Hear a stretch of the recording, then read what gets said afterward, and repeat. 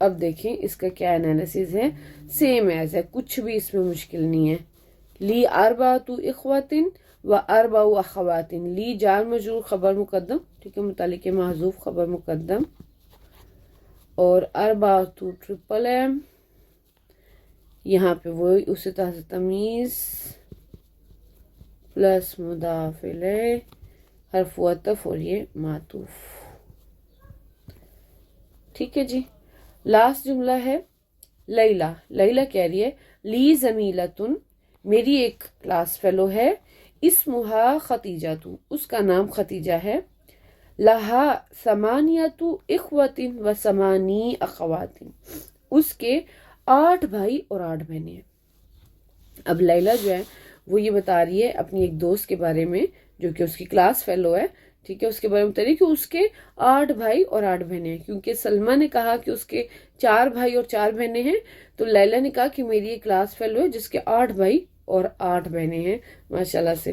تو دیکھتے ہیں جی، یہاں پہ ایک لمبا جملہ ہے اور یہ بیسیکلی 2 یا 3 جملے ہیں جو کہ انہوں نے ایک ہی لائن میں لکھ دیے ہیں.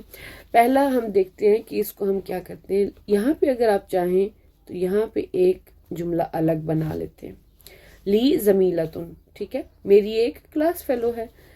اب لی جو ہے یہ کیا ہو جائے گا، جار مجرور متعلق محذوف خبر مقدم، اور یہ مبتدا مؤخر.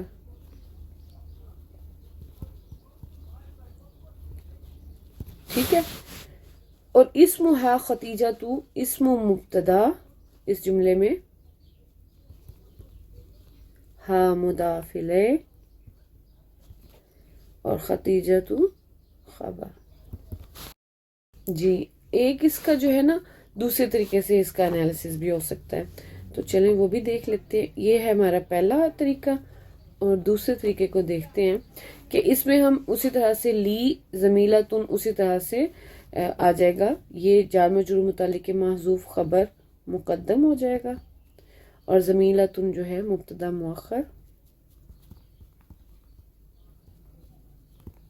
لیکن یہ جو جملہ ہے نا، یہ اسمہا ختیجہ تو، یہ کیا بنے گا، یہ بیسیکلی بنے گا یہاں پر، کیونکہ میں نے آپ کو بتایا تھا کہ زمیلہ مطلب جب کوئی اسم نکرہ آتا ہے تو اس کے بعد اگر جار مجرور آتا ہے تو وہ اس کی قائم مقام نعت ہو جاتا ہے، یا ہم یہ کہہ سکتے ہیں کہ متعلق محذوف نعت ہو جاتا ہے.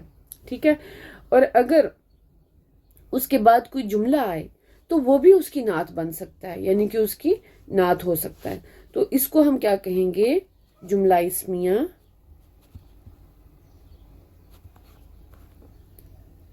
نعت فی محلی رفع. چونکہ ہمارا منوط جو ہے اس کو پھر ہم بولیں گے پلس منوط. ٹھیک ہے. چونکہ ہمارا منوط جو ہے وہ مرفوع ہے تو ہماری نعت بھی وہ فی محلی رفع ہوگی، لیکن یہ پورا جملہ اس کی نعت بن جائے گا. ایک تیسرا انالیسس بھی ہے، وہ بھی دیکھ لیجئے. تیسرے طریقے میں کیا ہوگا، تیسرے طریقے میں لی جو ہے وہ ہماری ہو جائے گی جار مجرور متعلق محذوف خبر مقدم 1، خبر مقدم 1، یہ مبتدا مؤخر اسی طرح سے،